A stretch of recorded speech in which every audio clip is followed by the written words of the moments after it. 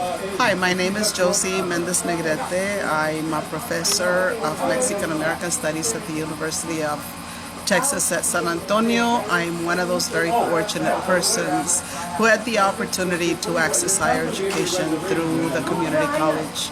I'm a graduate of San Jose City College. I got my MSW at San Jose State University as well as my BA.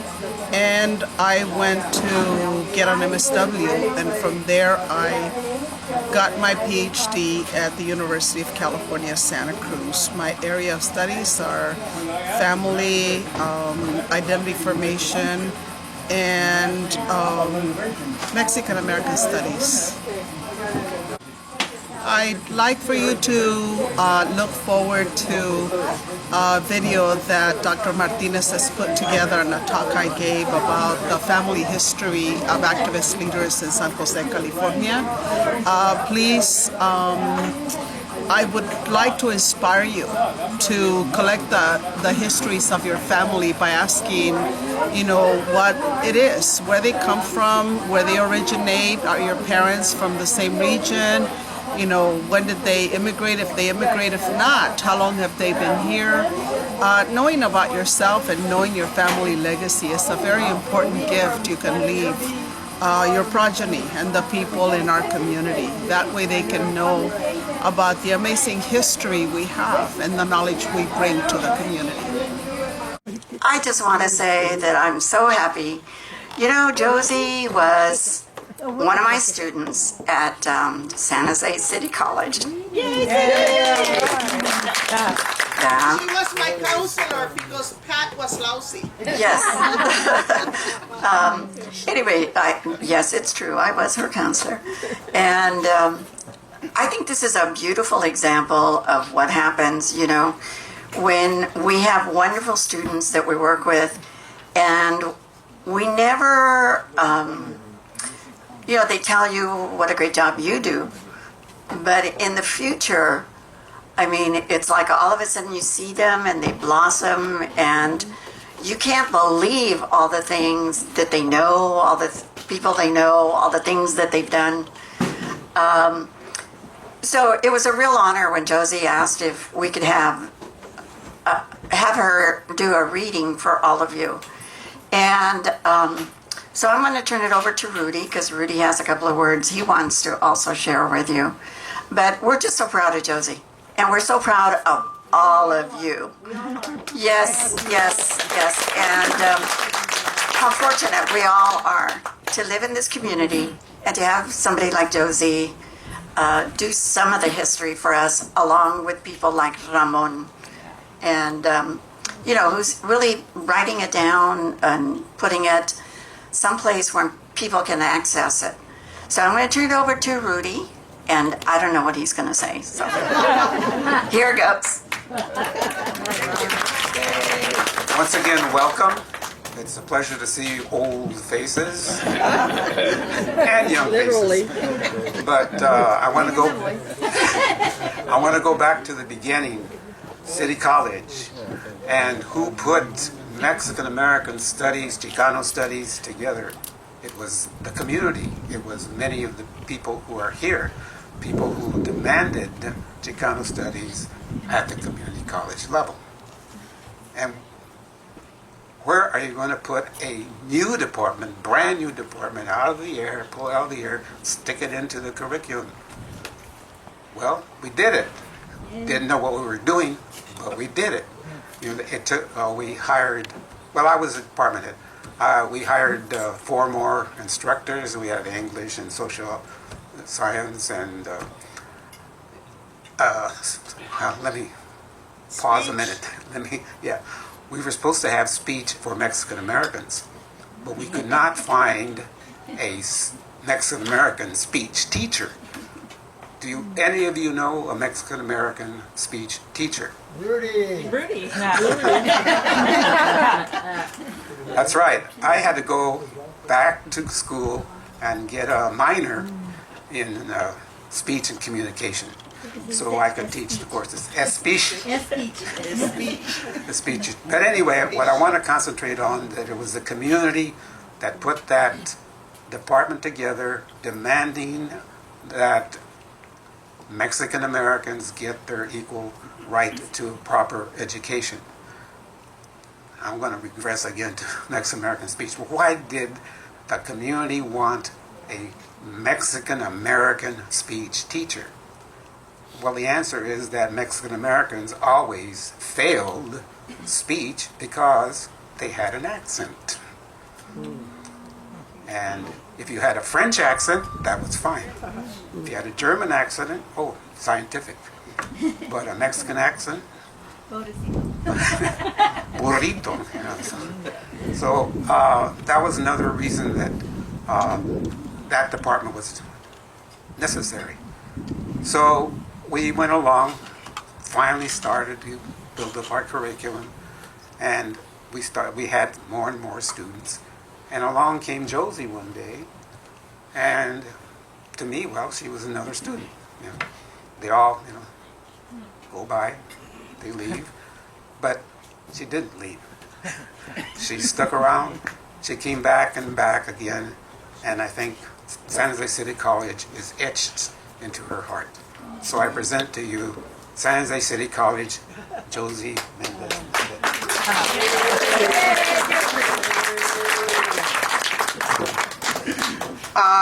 This may be difficult for some of you, but I'd like to begin my presentation, first of all, by thanking Mark for being the sound man, for being the podium man. You think I was born with a podium.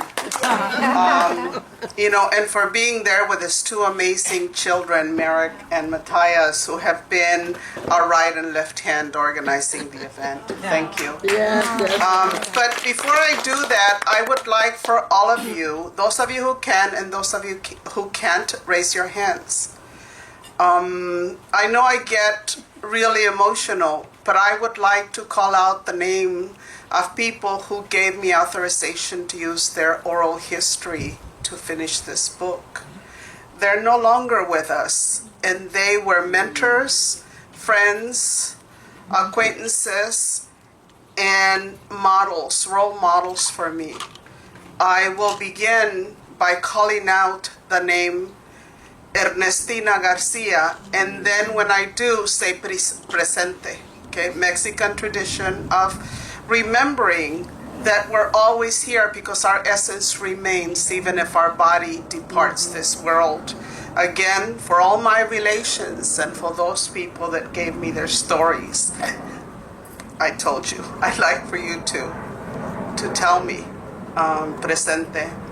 Ernestina Garcia. Presente. Esther Medina. Presente. Antonio Soto. Presente. Sofia Mendoza. Presente.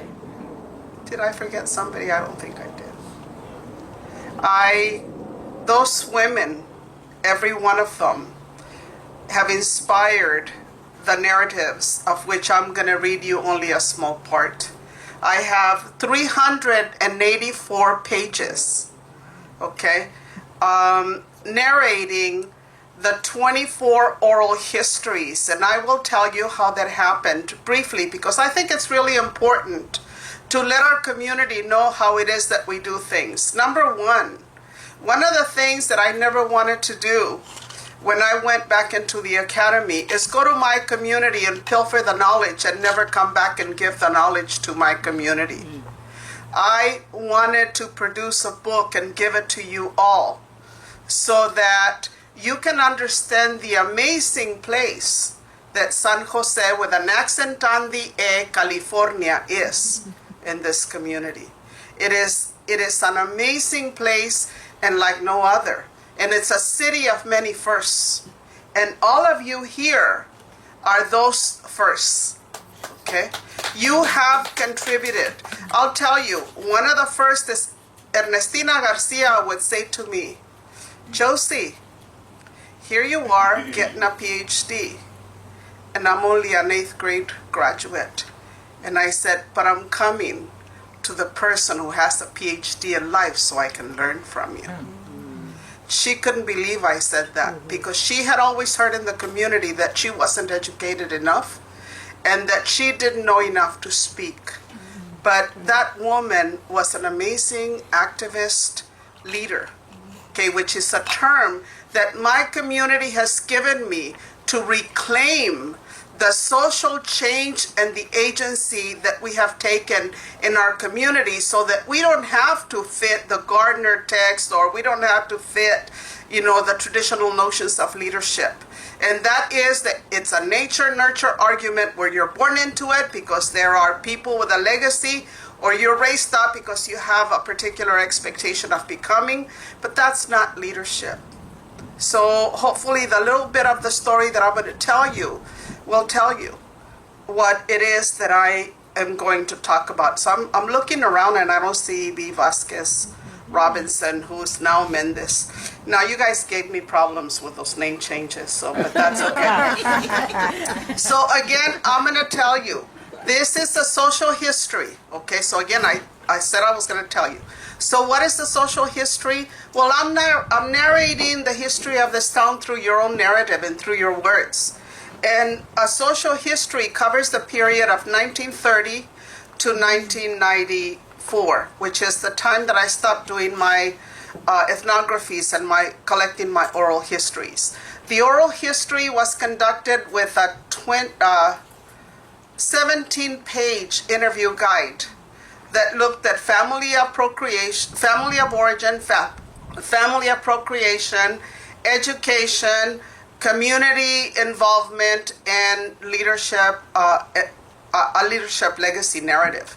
And so all of you were patient enough to sit there with me through 17 pages of questions. And I know that what you told me was exactly what you needed to tell me at that time. And I take that as the amazing truth of what was life for you then. Okay. How did I pick people? Did I go to all of my friends and say, hey, you're a leader, you want to talk to me? That's not the way it works. Believe it or not, I developed what they call a reputational sampling technique. Now, I never read Bill Domhoff. He's the sociologist who came up with the idea of how you develop those reputational sampling. But you know what? I'm a Chicana from the barrio who knows how to think. And so I came up with a list of 20 people doing research to see how many times they had been mentioned and identified as leaders in the community. From there, I called and asked for interviews. And they gave me 4 things: a definition of leadership, a description of what a leader is, the characteristics and the attribute of a leader, and then 5 names of 5 Chicanas and 5 Chicanos, so that I can compile a list. I came up with 127 names. 25 rose to the top. If you have to figure out the statistical distribution, 25 rose to the top. I hate to regret that the 25th one never accepted my invitation, despite advocacy from El Señor González and Mr. Robert González. So I guess I wasn't doing Hispanic leadership. Ron González didn't accept. Okay, but everybody else I approached was willing to do it, and I thank you for your story. And I thank you for your story because the story is the story of every person that lives in this community who wants to make a difference in their community. So I'm going to start. And I hate to do it this way because this is kind of like an academic exercise, but I want to do it because it's going to hold me to that one part of the book. And I'm looking at your family of procreation, at your family of upbringing. When Chicana and Latino activist leaders in this study spoke about their involvement in San Jose and Santa Clara County, some credited their relatives, particularly mothers and fathers, and other leaders in the community for having served as models. Others share their insight about their daily experiences confronting injustices in the household or the community. Still others reported fighting for people's rights when they saw unjust or unfair situations. From an early age, these activist leaders consciously valued justice, equality, and fairness, not in a rhetorical sense, but as they engaged the ethical conundrums of their practical day-to-day interactions. Still, one can argue that commitment to their people and their community drove Chicanas and Latinos to create a better world for Raza. This study considered experiences of Chicana and Latino Chicano activist leaders to illustrate the ways in which they understood and negotiated structures of inequality and domination as framed inside an ideology of service that they had garnered at home and in their communities of upbringing. Their voice and words serve as the text for analyses. Participant observations and listening skills, such as noticing how adults spoke about each other as men and women, black or white, or rich or poor, availed a map for self-understanding in the context of relations with peers, parents, and other adults, as well as individuals with whom they interacted in the structural makeup of their respective communities. These experiences gave the subject a rich context for understanding and negotiating relational leadership as activist leaders. Race, while salient in a continuous intersectional space in their everyday lives, did not surface as the urgent problem for female subjects. Moreover, recollections of difference, oppression, and subordination emerged in the internal dynamics of gender relations in the family, albeit race and class also encumbered their daily interactions. Chicanas made sense of themselves as gendered individuals in contrast to males who occupied a more privileged status as they readily discussed class and race as intersections they negotiated. Latinos and Chicanos more often recall race and class as a source of discomfort in their activist leader interactions. Still, regardless of gender, their narratives spoke to family experiences, whereby participants share the ways in which their upbringing shaped them to become invested citizens who fought for social change. Stories of their families of origin follows. Families of origin, who are they? Blanca Alvarado, vice mayor and councilwoman, remembered growing up in Cokedale, Colorado, a small mining town in the central southern part of the state near the New Mexico border. She recalled that, I quote, "It was a small mining town. In fact, now it's designated as a historical landmark. It is a special place for me. I still have wonderfully fond and loving memories of being raised there." Raised in a community inhabited primarily by Spanish-speaking families gave Alvarado the security of inclusiveness. As an active member of her community, Alvarado did not experience exclusion. This communitarianist sense of belonging served her well. She felt like an integral part of her surroundings. While Alvarado analyzed her upbringing, I forgot to ask you to say presente for Mike Garcia. Can I do that now? Mike Garcia. Presente. Michael Garcia, president of Service Employees International Union, Local 1877, focused on the external environment, but on the internal dynamics of the family, reflected traditional patriarchal notions often assigned to Mexican Americans. Garcia elaborated, "I guess it was very macho. The male dominated the family as far as positions. They're working class. All of my uncles were working class. All of our families were held together by traditional values of the family, strong working male symbols with subordinate women." He placed his family experience inside a working class background, pointing out that his family values were embedded within the patriarchy in a cult of domesticity. Responsibility for reproducing and caring for the family and maintaining the home was a role assigned to women. My mom stayed home. That's the way he wanted it. He had complete control of the family. He was a dominant person. Thus, Garcia described his father's power. The Garcia family shaped his notions of gender and of colored expectations for a family relationship. All expressed appreciation of their community.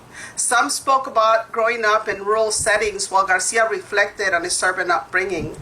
Esther Medina spoke about the agricultural fields of California during the Great Depression.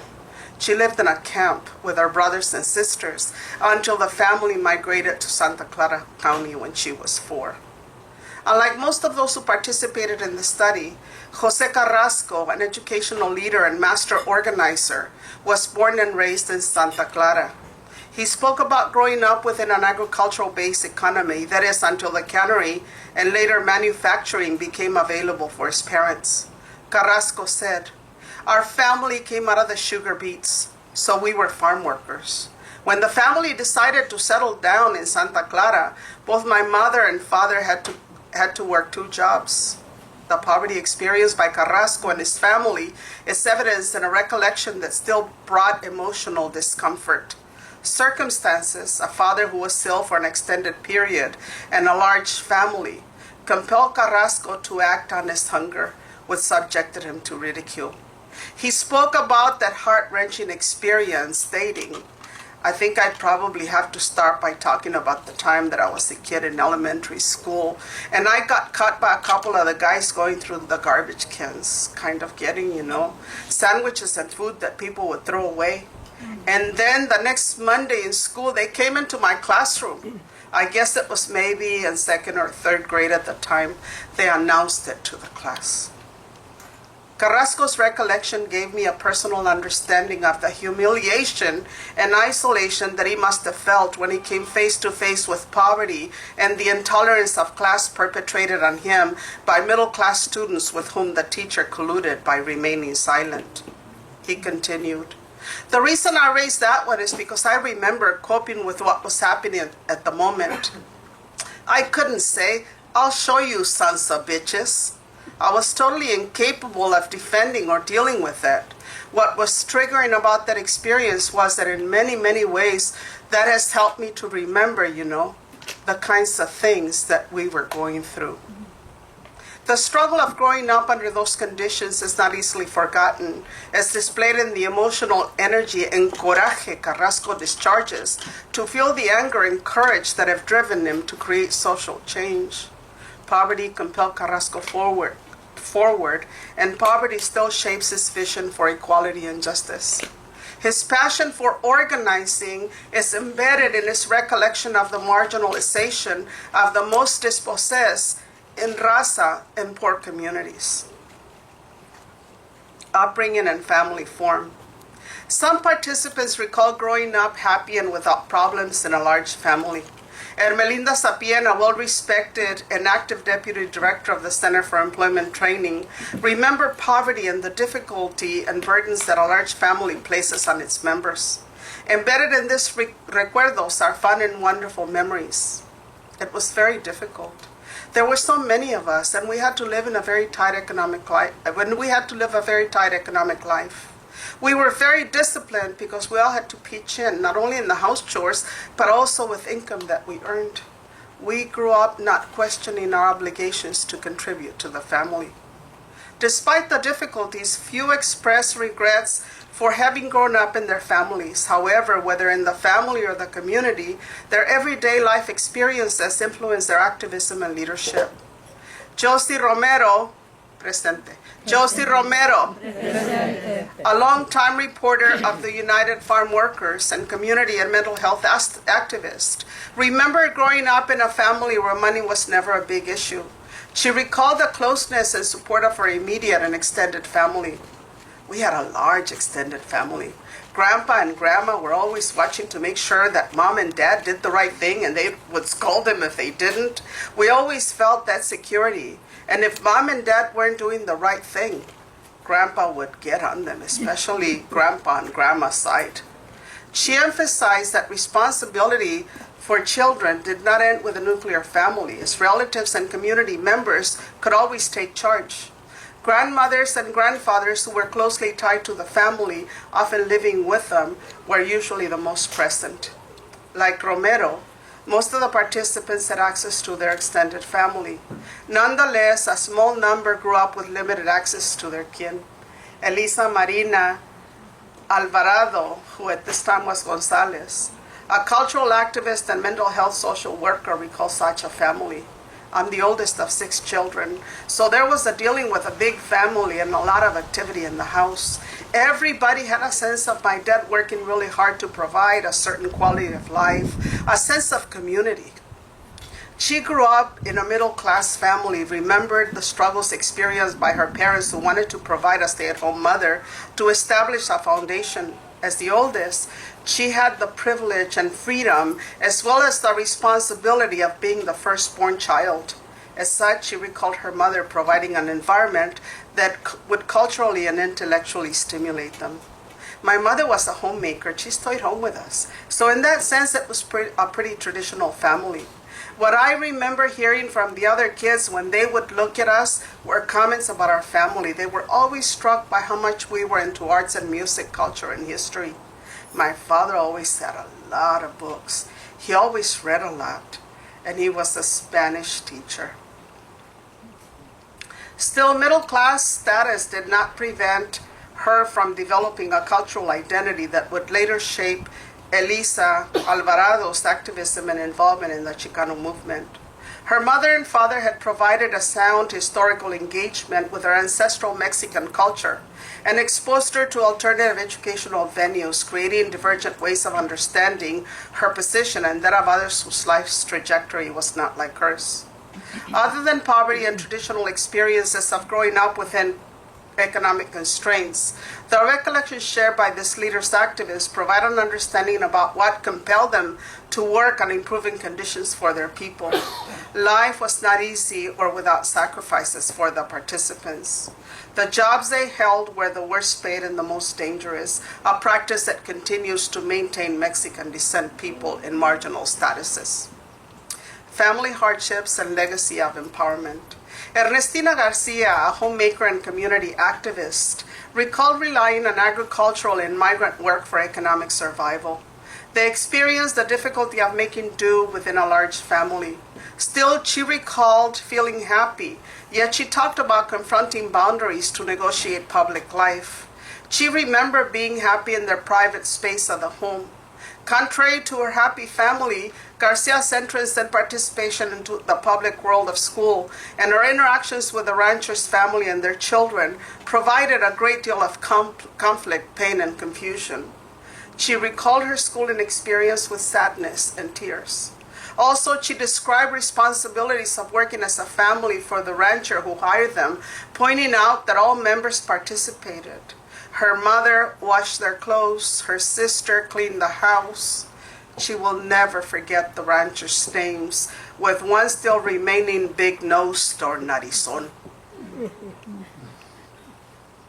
In Garcia's perspective, her mother had a hard life. The contradictions evident in the family's relationship to that of the other ranchers' household brought much confusion and discomfort. In addition to meeting the domestic needs of a large family, her mother, I already told you, would wash clothes, and the sister would do that. In her childhood memory, this physical separation was irrational. The physical separation of segregation was no less difficult than poverty and Garcia's experience with racism. This separation left an indelible expression of poverty, and segregation became a frame of reference for understanding herself and the ways in which she navigated and contested the treatment she and her people experienced. As a result of how Garcia was socially positioned in relationship to whites and the rancher's family in particular. Early in life, Garcia learned to see herself and the environment on the basis of class and race, although gender issues were less contentious for her. Victor Garza, a political and community activist, remembered what it was like to grow up poor and to see it as something normal. When you don't know anything aside the immediate surroundings, you feel that you have the world in your hands, even though you may be the poorest of the poor. But yet, somehow my mom and dad, especially my mom, she was the strongest of the two. She always led us to believe that we were not poor, even though we were sometimes barefooted and we had raggedy clothes for she used to buy our clothes at a second-hand store, or she'd make them for us. My mother always felt that we were not really poor. And I guess she was doing that to make us feel that we were just as good as anyone else. For Delia Alvarez, working in whatever was available and interacting with people in the workplace and community is something she recalled from her upbringing in the Salinas Valley. She knew she was not rich, recalling that her dad was a blue-collar worker and lived from paycheck to paycheck. A hot-headed young Chicano, he was changing jobs a lot and started drinking. So the teen years were rough. The early years were with a lot of family and took excursions to the beach. From an economic standpoint, though, we were poor. However, I had stability because my mother stayed home to raise us. Unlike Alvarez, V. Vasquez Robinson, an organizer and political activist, recalled many difficulties growing up in a poor family. It was not a happy childhood. There was a lot of poverty. Given the internal dynamics of her family, Vasquez Robinson found herself negotiating interactions in the family household, and like Alvarez, she worked at achieving excellence in school. For Vasquez Robinson, academic achievement was an escape to her everyday struggles at home. While school was a place where she felt competent and successful, Vasquez Robinson's life was filled with sadness. My father was an alcoholic. Mother was very timid when she was with him, afraid of being sent back to Mexico because she had been here illegally for a long time. We were a very large family. We followed the crops and we lived in tents. We had no toys. It was just a very hard luck story. While some migrated to work in agriculture, not all were associated with working in the fields. Socioeconomic status and urban upbringing were two distinctions among those in the Depression and baby boomer generations who came to San Jose. One such exception is Antonio Roberto Soto, community leader and activist and San Jose State professor emeritus, who originated from a ranching family in Arizona. By ranching, I mean el desierto. In 1888, my grandfather Ramon Soto, under the Homestead Act, established a ranch in the middle of the desert. Outside of the agricultural world, Soto emphasized his experience as unique, and given his class location, received entrance into options not available for Mexicanos. More unique was his entrance into the priesthood. At the age of 13 and a half, my aunts and mother sent me to a Franciscan seminary in Santa Barbara where I studied Latin, Greek, 6 years, a year of novitiate or boot camp where they isolate you from everything and dehumanize you, 3 years of philosophy and 4 years of theology, so 13 years mostly away from my family, although I would visit summers. The preparation Soto received would ready him for a life of education and activism. He began his involvement working with raceros in Southern California.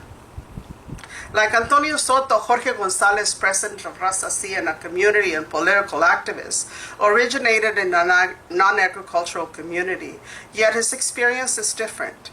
He grew up in an urban center with the freedom to be independent, surrounded by intellectuals and left-leaning refugees from different parts of Latin America. He conceived of his growing up experience as a two-stage rearing, one in Mexico where he was exposed to many different perspectives and interests, and the other as a young immigrant to the U.S. The multiplicity of activists and experiences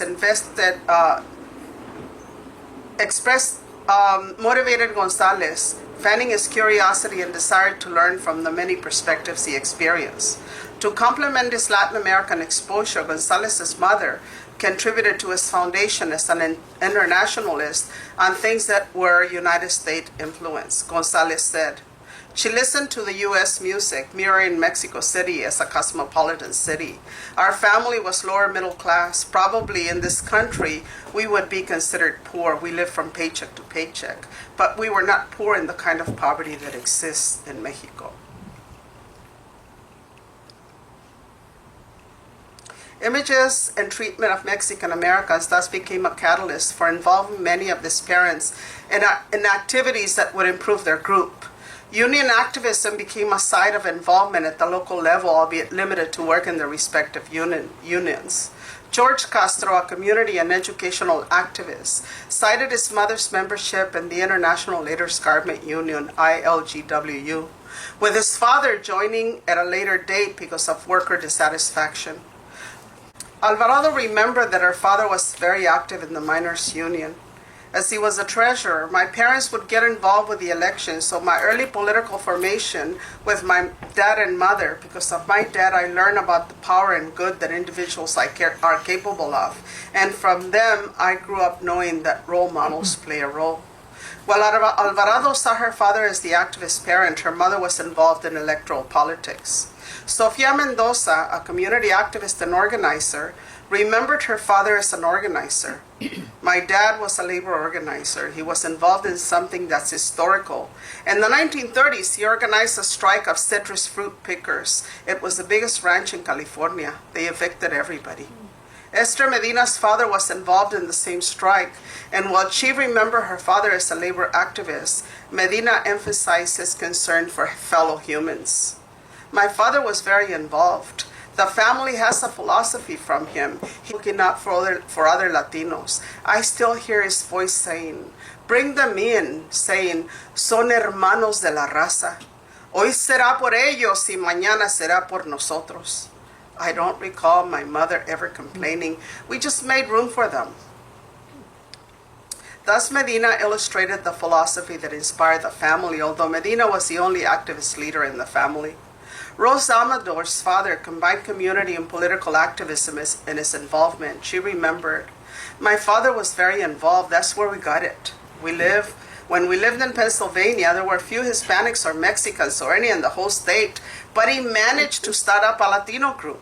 He belonged to the American Legion, to the Masons. He was always involved. He was very active in the community. In the GI Forum and with Image, he was always involved. Their mother, on the other hand, focused their involvement on community service and activism. The two were involved in electoral politics, supporting and working on Democratic and Raza candidates. Romero, who came from a long line of activists, remembered her mother's contributions. My mother was always very involved in El Barrio, helping little old ladies that were alone, made sure that they ate, washed their clothes, and sent us with anything special we would make, like tamales or caldo. She remembered the lady that was sick or the lady that was alone. We sort of like adopted them. And when they got well, we moved on to the others. So that's what I remember. In a similar way, Kathy Chavez Napoli, who grew up in Sal Si Puedes, a community that served as an entry point for San Jose's Mexican immigration, recalled, Mother was always being asked to translate because she's native born here. As she remembered, most acquaintances where I grew up in Summer Street were limited English speaking. So she was always being asked to do translations and to help ease the way in different situations. Still, those mothers who were not active during their childhood upbringing became active in later life, often in religious activities. This was the case for Vasquez Robinson's mother. She explained, my mother became very involved and very active in the church. She became a leader in the Carmelita group, attended many meetings, and visited the poor. Well known in her religious circles for saying the rosaries, she was always called upon to say the rosary when people died. She was known for the beauty of her prayers. For Vasquez Robinson, to fulfill this type of need in the community was in itself a great service. Her mother was a well-respected community figure, playing a prominent part in the life stage ceremonies having to do with religious rituals and celebrations.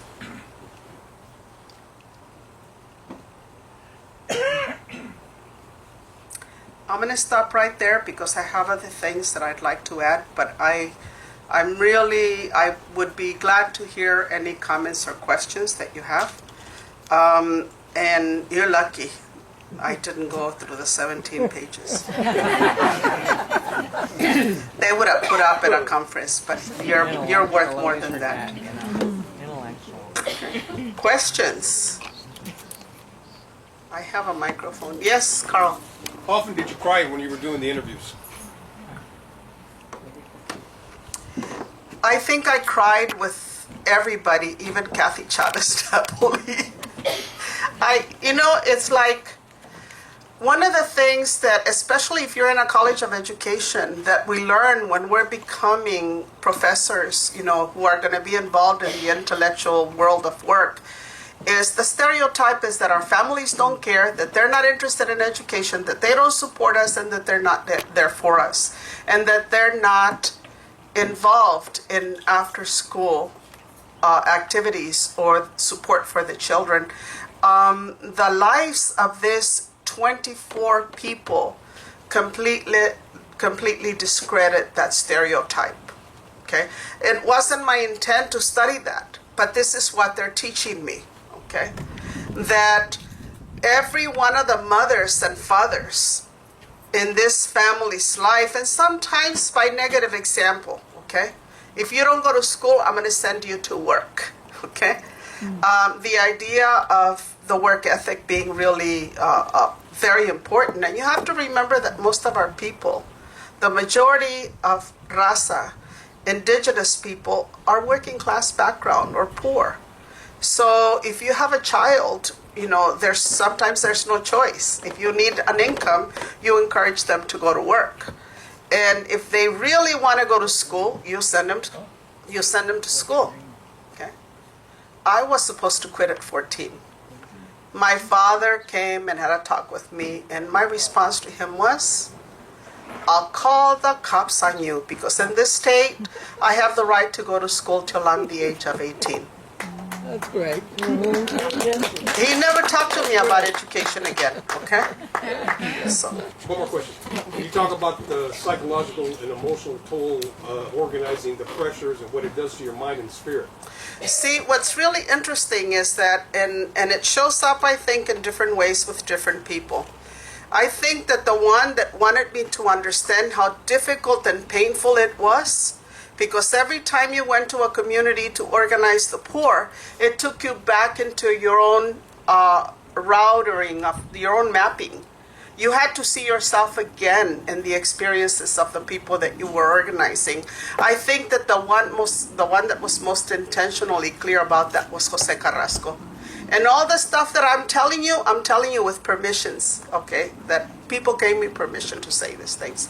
The stuff I read to you, I read to Jose. And we both cried again. Okay, so, but I think that in different ways. I mean, Kathy, I'm going to talk about you. So if you want me to shut up, say shut up. Okay, that's okay. Kathy Chavez Napoli is a young early 20 young person, took in her niece and her nephew because the mother no longer wanted them. She wanted to have a life that was different from what she had, and her brother wasn't available to them. She adopted those children and raised them as her own, despite all of the responsibilities she had. She told me, I know that. That made me cry. People who don't know that about Kathy have other things to think about her. Rosa Amador, an amazingly strong woman. And most of the people who are here, they're not braggarts, okay? Dr. Castro, who's still working to create educational spaces for people. You have to remember, this is like 12 pages I read you out of 384 pages. So there's more complex responses. The people that are here, every one of you that are here, and those who came, are people who have an ethic of responsibility and a philosophy of service to make the place they came into a better place, for other people. Every person here in their own way. Is their activism the same? No. Do they all agree? Of course not. But the final analysis is that everybody wants to make this place a better place for all of us. With teatro, with mental health, with, vocational training. And we have some amazing allies here. Alette Lundberg, who have been there for us and encouraged us to do the kind of work that we do. My wonderful, people that came to be here to testify for their family. Marta Garcia and her son Sergio, who are Ernestina Garcia's children. I have a friend named Ernestina Garcia in San Antonio, sorry. I know Ernestina. Okay, they came all the way to here. And then Camille, okay, and her son, Esther Medina's children, they are interested in promoting, your dad, Rose, your dad. your sister Monica in different ways. And so there are so many people here who have made a difference and who contributed to the community. I wanted you to hear it. And you know where the lessons began? In the home. And most of those lessons were positive, but the ones that were not, most of you took them on and turned them around and made them positive. Okay? I think she had her hand up, and then you're next. First her. Josie, you mentioned last week that your 24 were 12 men and 12 women, and that wasn't intentional or forced by you, it just worked out that way. Did that surprise you? You know, I really didn't think I was going to get that many people, okay? Because I was going in with, I want a definition, I want a description, I want the characteristics and attributes, and then how have they met those three things? It surprised me that I got 127 because I didn't, you know, when it came down to getting those 5 names from all of the people, it was like, wait a minute, I can only think of 2.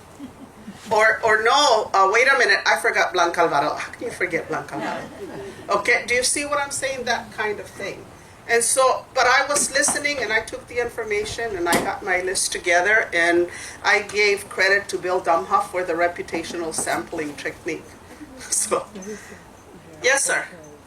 I commend you for the information you're giving us. I can see people here that are already going to school and are educated. A lot of them are here, and I'm pretty sure they're going to spread the word beyond what we're hearing, listening to you today. But I'm just very, very glad to hear what you're saying, because I lived a lot of the moments you talked about today. And I'm going to tell you that many of you also participated in those moments. Before you had a Castellanos Foundation, you and Carmen were some of the most active supporters of the cultural life of San Jose with Los Lupeños and with the cultural activities at San Jose City College. Okay, Carmen was my friend, and I was there bugging her to let me see Ted every once in a while, Dr. Murgia, so we can harass him about affirmative action. And so, you know, but a lot of the people who are here have made their contributions. Jesucita, where are you, Jesucita? With her perrito over there. You know, got her start at Stanford University at the Chicano Center. She was active with Project Intercept, you know, and worked with people who needed a second chance, sometimes a third chance. You know, again, I'll come back to, you know, Dr. Castro. You know, he began with MAPA, and there were other organizations that he worked with along the way. And then he returned to the roots, which is developing future scientists and educators. And who has been there with you? B, his wife, has been there all alongside of him to support him. Okay? The same thing with, I saw your hand, Sergio, I'll call you in a few minutes. There are 2 people in my sample, Ernestina Garcia, and actually there's 3. Ernestina Garcia, Sofia Mendoza, and let me think who the other person is, who from the beginning of their marriage, they and their spouses made a commitment that they were going to not be stay-at-home moms, but that they were going to be mom activists and that they would assume responsibility for the economic welfare of the family. That's how Ernestina founded El Comité Pro Escolar, you know, in Milpitas because of the racism that her children were experiencing. And Tony said that is the priority. Not that we have material things, not that we get rich, not that we do better. I work you and I underwrite your activism. Okay? The same thing happened with Gilbert and Sofia. But Sofia had to work. So sooner or later, Sofia got into organizing preschool children in 1962 and their parents to create bilingual education, among other things. And then Esther Medina was in high school. You know, we have people who, Blanca Alvarado involved in high school, B. Vasquez Robinson involved in high school, Esther Medina involved in high school. You know what they were creating? Alternative organizations. because they could not join Greek organizations and they could not join white student organizations because they were Mexican. They created their own. And then Esther Medina even became a journalist for El Excentrico, chismeando about all the loves and all the marriages and all the pregnancies. So, again, if we look at the life from the bottom, okay, is that, people, like I said, I gave you B's name, but there's also Claire Villa, who was married to Jose Villa. Still is. They're doing wonderful in New Mexico, by the way. Send their regards. Also, Jose Carrasco, who got hell from the Chicano movement for being married to a white woman. And Carol was there for him, and she's still there for him and believed in him. Okay. So, again, tears, yes. Thank you for asking me to speak off the cuff, because that's what you did. And Sergio said I would go to you. I just have a question about, actually, maybe a 2 or 3 part question. Can you stand up so I can hear you? Because I'm not I just have maybe a 3-part question about. Okay, speak the first and second. First one is, where are the transcripts, and will the families be allowed to? Okay, all of the transcripts are at the hands of the people who participated. If they threw them away or if they never looked at them, that's another story. Okay. So your grandma got it, but I would be more than glad and willing to give you another copy of it if you want to. Okay, great. Okay, since it's been so long, I don't have to, but that's not what my research is about. I would gladly give it to you. Except you have to wait till I get paid so I have money to make all those copies. Especially for your grandma, okay? Yeah. This much paper, okay? Sounds about right. Yeah.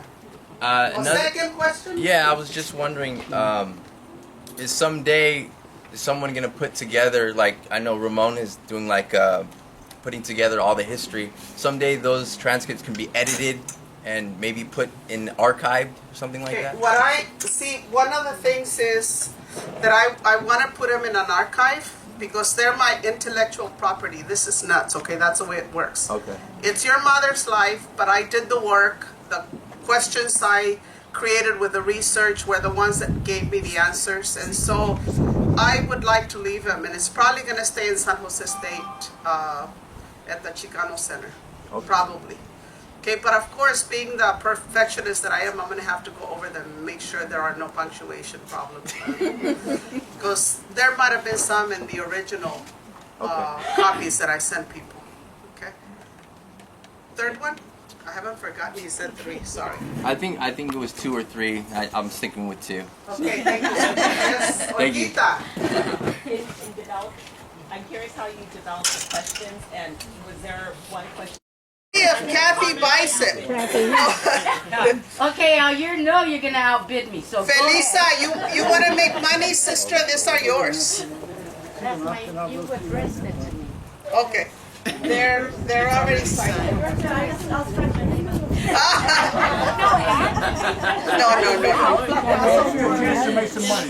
No. No, yeah, you know what? It's really nice of you to offer that it would be a chance to make some money. But they're my sister's books. If I had my own, I would even give it to you. You know, that's another way to make your books walk, right? You give them to people and then they sell. Any other comments or questions? When are you coming back to San Jose? Well, I'm supposed to go to my 50th high school reunion. Rose, you and I graduated the same year. Sorry, I'm outing you. But she graduated from Wilcox and I graduated from Santa Clara. But I think it's too soon. That's in August sometime, and I have to teach. I have 3 classes, so it's not going to be so easy. I'm not sure. Maybe in December. Yeah. So, but I would always come and do a reading and a presentation. Okay? When you coming back to live? Oh, Soon, about 2 years. What? We're coming back. We're returning home. We have all of our email addresses. Can you send us the information on where we can purchase those? Absolutely. Absolutely, I will do that, and I'll also send you information on anything that I publish that speaks to the data in the book. Okay. Yes, Kathy. You want to have a bidding war? No, because I will beat me. Yeah. Yes. So could we get a bit more citations? I could probably get them to you. I just have to put it together. I mean, because más adelante, you know what? Anything I can get to you, I would give to you. Now, keep in mind that I'm still putting together the most current one. Okay, it's difficult to write a social history because I'm only covering from the 30s to the 90s, and so I'm having to use theory that was recent at the time. And for me to use theory that's contemporary, it's an ecological fallacy. It doesn't work that way. So I have to use it based on. That's why I'm using your stories as a theory. That's why I'm saying that you're activist leaders, not that you're leaders. Okay. That's what I'm talking about, that you learn your leadership in the context of the family. Yeah, and I give you examples. And then I give you examples of growing up in a family pushed you in the direction of creating change in a particular place. Like you're a prime example of the cultural expressions in your family, music, history, art. You know, you are the only one who had that experience. And look at, well, there's another person. But look at how that ended up being. You know, it shaped you and it influenced to be inspired to do cultural activism. And we're going to your high school days, Elisa. Sorry, I'm dating you again. Yes. Yeah, as a board member of the Raza Historical Society, Ramon and I would like to talk to you about an appearance that you can make for our society in the future. Okay. I think that'd be very beneficial to us, and what we're trying to do is raise the consciousness of people so that they are aware of our history. I also right now serve with the county commission to designate this area a national heritage area. And unfortunately, they seem to only want to glorify the Spanish colonial period, the Valley of Harsalite, and high tech. I tell these people, how about human tech? This is what we're talking That's about. it. That's Human it. technology. We really created this. Absolutely. And the changes that have been feasible here have been because of your efforts. And you know what? I'm not a shy wallflower. I was very active in the community as well. So, you know, so that's the way it is. And we're also, we've been working with our Mexican-American Latino City Council members, which are 4, by the way. We've got to start talking about that. There's 4 of us on the City Council. That's amazing. We're working with them. We're going to be having an event on September the 15th. We've created a website where you can do a virtual walk through sites that are important to our history, that are part of San Jose's history that a lot of people aren't aware of. We're going to be having an event on September the 15th, and we'll be putting out some notice on that, right, Ramon? So I just want to let people have a heads up on that. We're finalizing the details on that, otherwise I'd be more firm. But we're finalizing the details for that event. You know, the thing that's really sad is that as a nation, we're very ahistorical. And the history that we promote is only the official history. And so what we have to do is we have to teach the history and reclaim it so that people who are currently active in this community understand that they're not standing on new ground.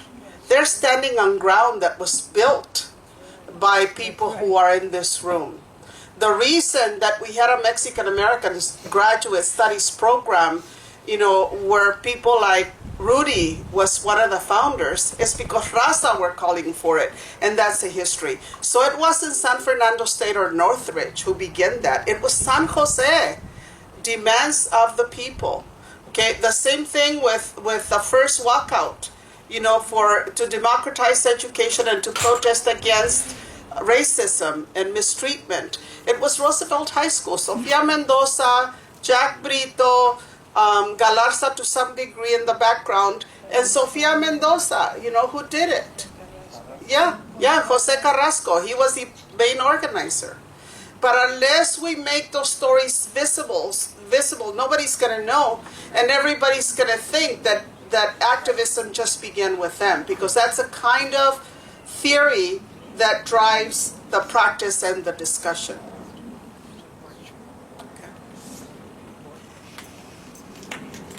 Thank you. Thank you.